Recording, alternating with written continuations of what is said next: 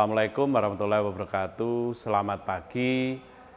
Perkenalkan, saya Dr. Subandi, SPOG Konsultan Onkologi Ginekologi. Saya dosen di Departemen Kebidanan Fakultas Kedokteran Universitas Brawijaya Malang. Saya sebagai PJMK dari mata kuliah kajian dalam asuhan kebidanan fisiologis. Pada kesempatan ini kita akan membicarakan tentang pemantauan kesejahteraan janin atau fetal monitoring. Kali ini kita akan membahas tentang rencana pembelajaran semester pada program studi Magister Kebidanan. Untuk RPS yang kita bahas sekarang adalah mata kuliah kajian dalam asuhan kebidanan fisiologis. RPS ini kodenya DD82020. Rumpun mata kuliahnya adalah mata kuliah wajib program studi. Bobot SKS-nya 2 SKS. Semester 2. Tanggal penyusunan pertama adalah 2021, ini mengalami revisi sebanyak 3 kali. Revisi terakhir adalah tanggal 15 Juli 2024. Sebagai dosen pengembang RPS adalah saya sendiri, ya, Dr. Subandi, SPOG Konsultan. Capaian pembelajaran dari Prodi itu ada 3 CPL, ya, kemudian CPMK-nya ada 3 juga. Deskripsi singkat dari mata kuliah ini adalah memberikan kemampuan kepada mahasiswa dalam memberikan argumentasi kajian dalam pelayanan atau asuhan kebidanan sesuai standar. Materi pembelajaran pokok bahasan ini ada 6, yaitu pelayanan antenatal sesuai standar, pemantauan kesejahteraan janin atau fetal monitoring, tata laksana persalinan yang bersih dan aman, kemudian kebijakan pelayanan kesehatan maternal dan neonatal, yang kelima psikologi dalam kehamilan dan persiapan persalinan, yang keenam pelayanan masa nifas dan laktasi. Kepustakaan yang dipakai itu ada kepustakaan utama dan kepustakaan pendukung. Kepustakaan utama ada 11 kepustakaan, pendukungnya ada 3. Media pembelajaran, PowerPoint, materi kuliah, video pembelajaran, perangkat yang kita pakai LCD, proyektor, dan laptop. Tim teaching pada mata kuliah ini ada 6, yaitu saya sendiri, Dr. Subandi, kemudian yang kedua Dr. Muhammad Nuryanto, kemudian Dr. Diajeng Setiawardani, SST MKes, kemudian Bu Lili Indahwati, SST MKep, kemudian Dr. Frilia Rahma Putri, SPKJ Konsultan, dan Dr. Niluh Herli Mastuti, spesialis anak konsultan. Mata kuliah ini tidak hanya tatap muka, ada beberapa penugasan sebagai pelengkap dari jalannya kuliah. Ada 6, yaitu case studi pelayanan antenatal, melakukan studi lapangan terhadap pelayanan antenatal yang terjadi di wilayah dan membandingkan dengan standar pelayanan kebidanan yang sudah ada. Yang kedua adalah journal reading, pemantauan janin atau fetal monitoring, jadi mencari artikel jurnal internasional terindeks sesuai dengan topik yang telah ditentukan, serta meresensi isi jurnal sesuai dengan template yang telah ditentukan. Yang ketiga, case analysis, kebijakan pelayanan kesehatan maternal dan neonatal, menganalisis kasus bayangan serta memberikan argumentasi yang berkaitan dengan kebijakan pelayanan maternal dan neonatal sesuai kasus yang telah diberikan. Yang keempat, tim based project dilakukan pada waktu residensi, menganalisis tata laksana persalinan di wilayah residensi sesuai dengan pembagian wilayah residensi. Kemudian tim base project dilakukan pada waktu residensi menganalisis pelayanan kesehatan maternal dan neonatal sesuai pembagian wilayah residensi. Yang keenam adalah journal reading, mencari artikel jurnal internasional terindeks sesuai dengan topik psikologi dalam kehamilan dan persiapan persalinan. Rancangan tugas ini merupakan pelengkap supaya memberikan penilaian yang optimal. Materi penilaian terhadap CPMK itu termasuk dari tugas, kemudian ujian akhir semester dengan bobot yang berbeda-beda.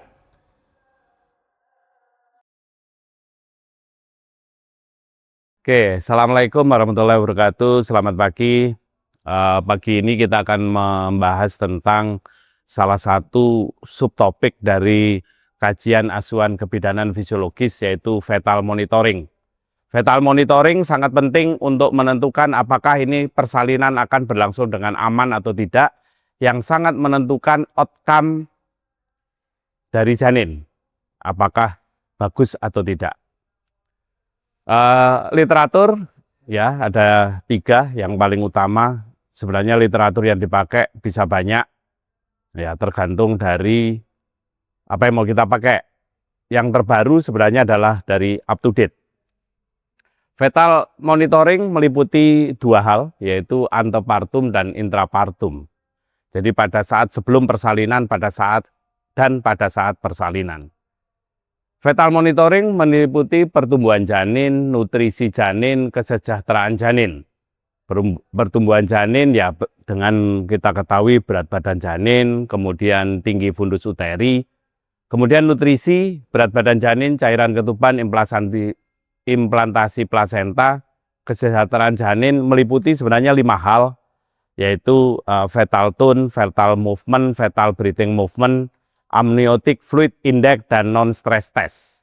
Itu yang kita nilai pada kesejahteraan janin.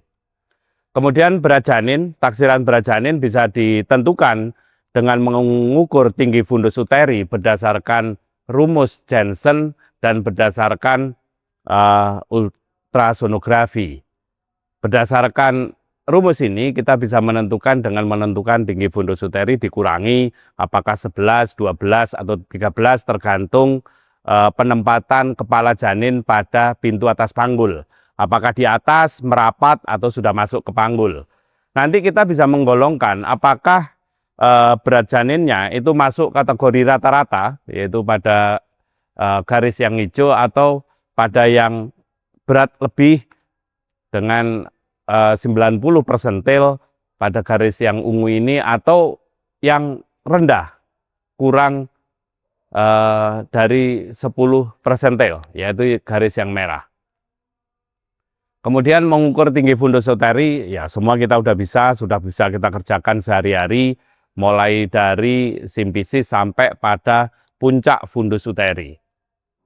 Kemudian tinggi fundus uteri memang akan menentukan kira-kira taksiran berat janinnya berapa dan sesuai dengan usia kehamilan atau tidak.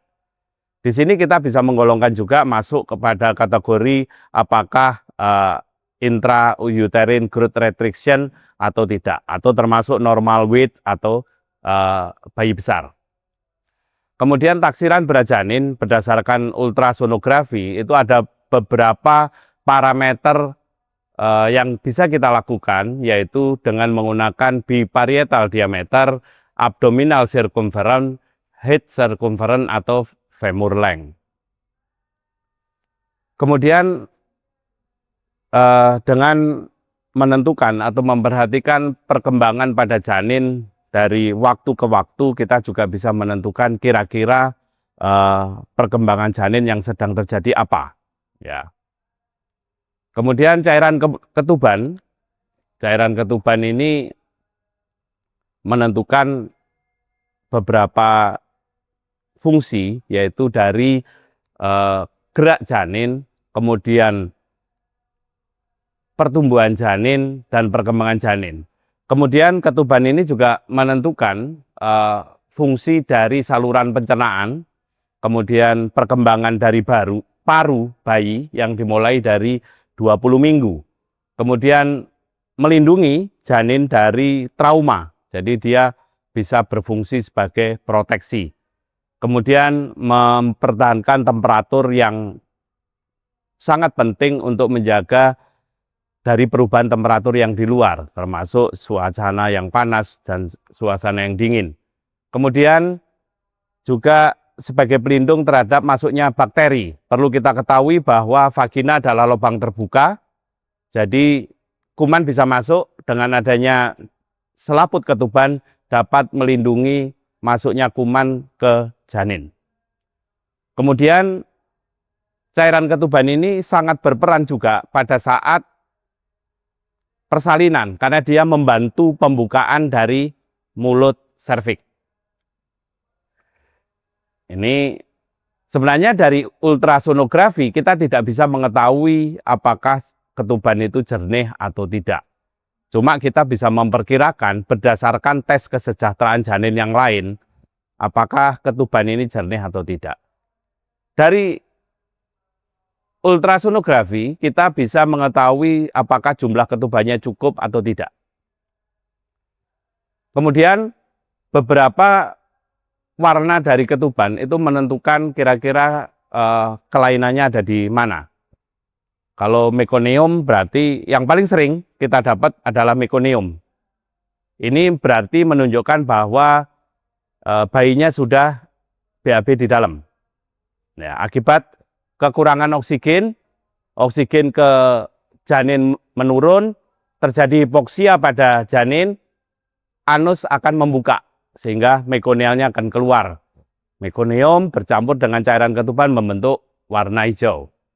Yang lain ya ada golden, ada yang kuning kehijauan, kemudian dark color dan dark brown. Ya itu berdasarkan, kalau dark brown rata-rata adalah karena kematian janin, ya, IUFD.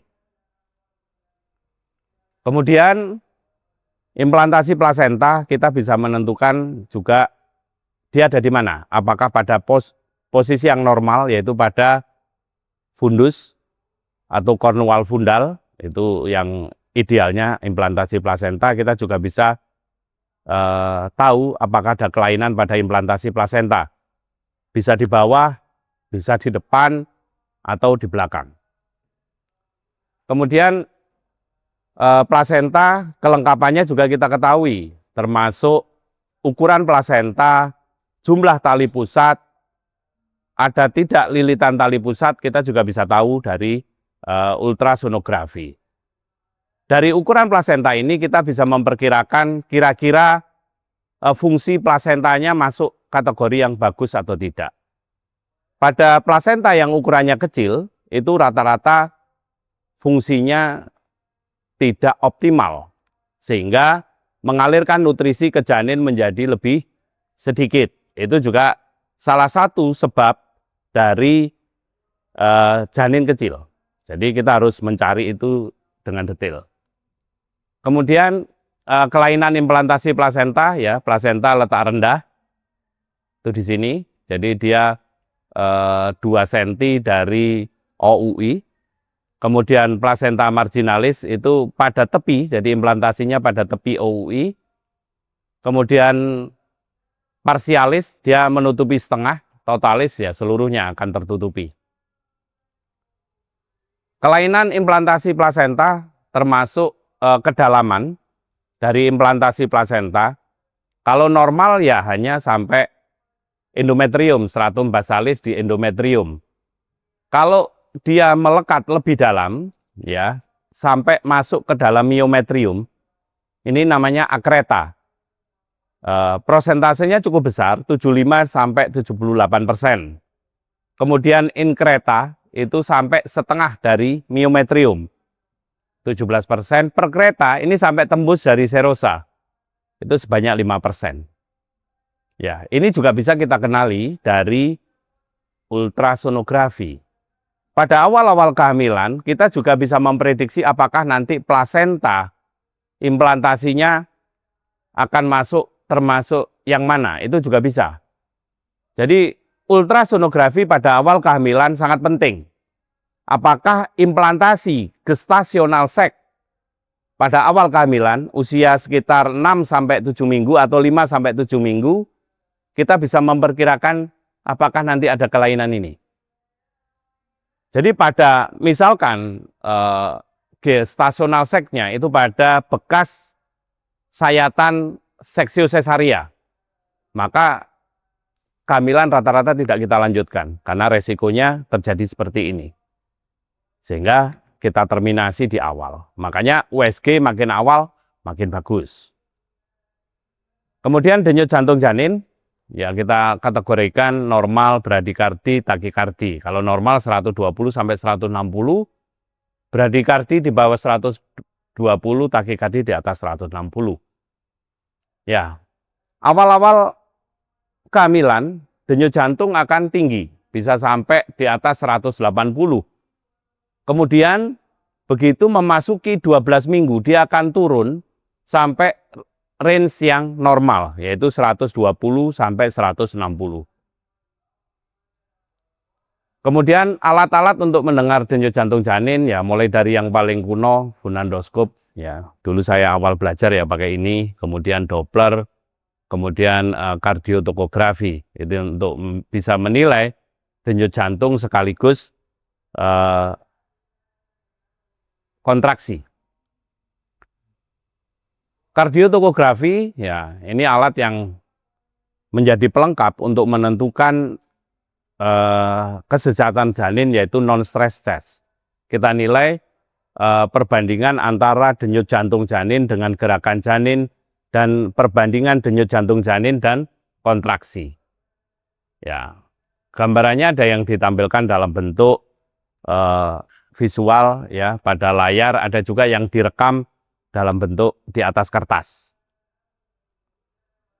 Pembacaan CTG ya baseline tadi sudah disampaikan normal 120 sampai 160. Kalau dikatakan akselerasi peningkatan lebih dari 15 BPM dari baseline, deselerasi penurunan dari baseline lebih dari 15, dan variability, variasi baseline kurang dari 15 beat per menit. Ya. Kemudian ada kontraksi atau tidak. Nah, ini fatal heart rate-nya ya. Jadi masih kategori normal karena masih dalam range normal 120 sampai 160, ini adalah 140. Kemudian variability-nya itu pada posisi terendah itu 130 sampai 150. Jadi antara 15 sampai 20 variability-nya. Ini berarti variability yang normal. Kemudian akselerasi, ya, akselerasi itu bisa terjadi pada saat ada gerakan janin, bisa juga pada saat kontraksi. Ini abnormal yaitu flat, kemudian loss of variability ini, kemudian ini fatal brakikardi, ya. Jadi nadinya atau denyut jantung janinnya di bawah 120. Kemudian ini early deselerasi, jadi pada saat terjadi kontraksi akan terjadi penurunan. Variabel deselerasi itu deselerasi yang timbul di mana saja, bisa pada saat kontraksi, bisa pada saat setelah kontraksi atau di luar itu. Nah, ini pada saat kontraksi, ini setelah kontraksi, ini di luar kontraksi. Oke. Kemudian late deselerasi, jadi begitu sudah terjadi akhir kontraksi baru turun dia. Ya, itu namanya late deselerasi. Kemudian deselerasi yang panjang, jadi dia begitu turun tidak pernah kembali dalam jangka waktu yang lama, kemudian baru naik lagi, atau bahkan tidak bisa naik. Itu namanya prolong deselerasi. Ya, gerakan janin ya bisa kita hitung dari anamnese, merasakan gerakan janin itu dalam waktu berapa lama. Biasanya kita meminta menghitung dalam waktu 1 jam. Kalau dalam idealnya 1 jam adalah 4 kali gerakan. Oke, ya. Cara kedua ya meminta menghitung. Diperlukan 10 kali gerakan dalam waktu 2-3 jam. Oke. Kemudian protokolnya ada berbagai macam teori, bisa dipakai yang mana saja. Ya. Terima kasih. Ada yang ditanyakan? Yang ingin saya tanyakan tadi kan dibahas mengenai kelainan implantasi plasenta ya dok, yang increta, percreta, dan arcreta itu bisa dideteksi pada saat awal kehamilan. Nah, bagaimana kalau misalnya kita kedatangan pasien dok, dia tidak pernah ada riwayat USG, ternyata ditemukan masalah pada kala tiganya dok. Nah, kira-kira tindakannya akan seperti apa sih dok apabila kita dirujuk dengan kelainan implantasi ini dok? Oke, kalau masuk pada akreta, perketa, inkreta, begitu bayi lahir, dia tidak keluar plasenta pada kala 3, tidak keluar seperti pada protokol yang kita pakai, maka kita lihat apakah ada perdarahan aktif atau tidak. Kalau tidak ada perdarahan aktif, biarkan dulu, diklem tali pusatnya, dirujuk, ya, dipasang infus dulu, lifeline, supaya tidak ada perdarahan lebih lanjut. Karena kalau kita paksa kita keluarkan dengan manual dan sebagainya, maka resikonya akan terjadi perdarahan yang sangat banyak. Dengan cara ini kita bisa menilai dulu. Kalau plasenta tidak keluar, kita USG. Kita lihat plasentanya, ini tembus sampai mana nih, gitu. Ya. Jadi kalau kita lakukan PTT, nggak bisa, nggak keluar, nggak ada darah keluar, udah. Kita klaim, rujuk aja supaya bisa dinilai kedalaman dari implantasi. Kalau ternyata hanya adesiva, ya enggak apa-apa. Overtreatment enggak masalah, yang penting adalah keselamatan pasien. Gitu ya. Ada lagi? Berarti gini ya dok, kita coba dulu jika tidak ada pengeluaran darah, jangan dicoba untuk manual, Yes. tapi mending langsung dirujuk saja. Betul, tapi kalau sudah ada tanda lepasnya plasenta, langsung dilanjutkan manual enggak apa-apa. Berarti ada yang terbuka kan? Terbuka, lakukan manual, terjangkau nggak tepi plasenta. Kemudian begitu terjangkau, susuri. Oh, kita bisa nyampe tuh sampai ujung plasenta. Kalau bisa nyampe, lakukan. Tapi kalau nggak nyampe, jangan dikerjakan. Lifeline pasang, rujuk. Gitu.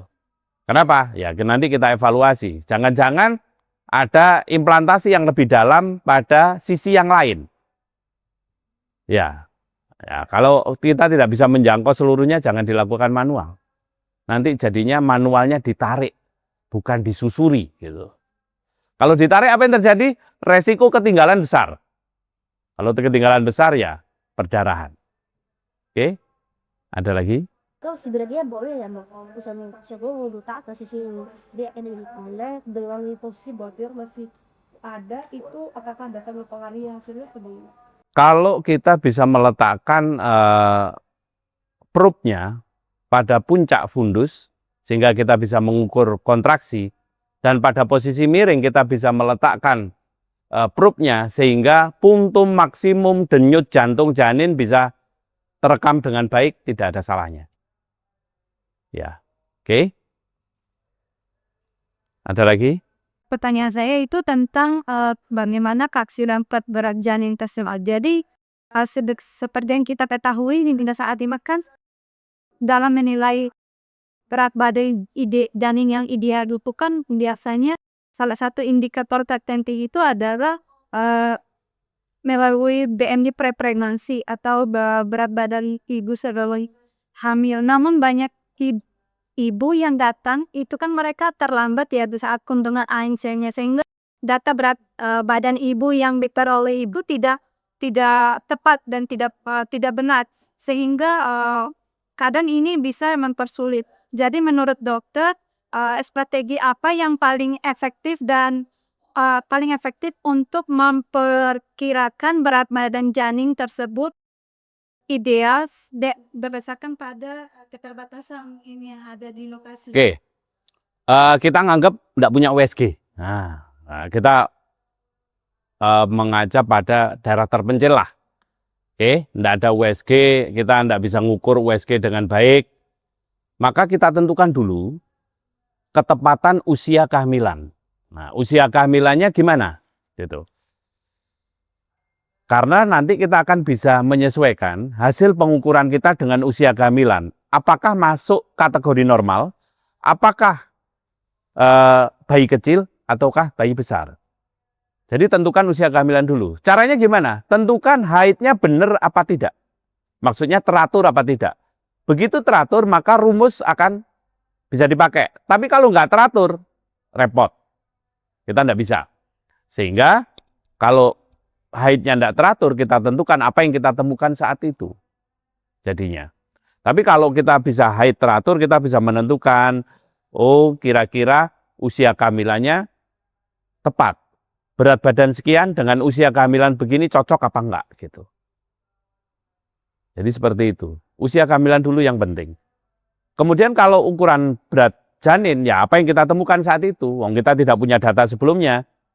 Jadi hati-hati pada orang yang gemuk. Karena orang gemuk lemaknya akan menipu pada saat pengukuran tinggi fundus uteri. Kemudian menentukan strategi yang kedua adalah kepalanya masuk atau tidak. Ya, itu penting karena begitu salah maka taksirannya juga akan salah. Oke, jadi kuliah pada pagi ini kita akhiri. Semoga bermanfaat baik buat saya sendiri maupun buat rekan-rekan semua. Ya, istilahnya sekarang refreshing aja sebenarnya karena sudah kita kerjakan sehari-hari. Terima kasih, semoga bermanfaat. Wassalamualaikum warahmatullahi wabarakatuh.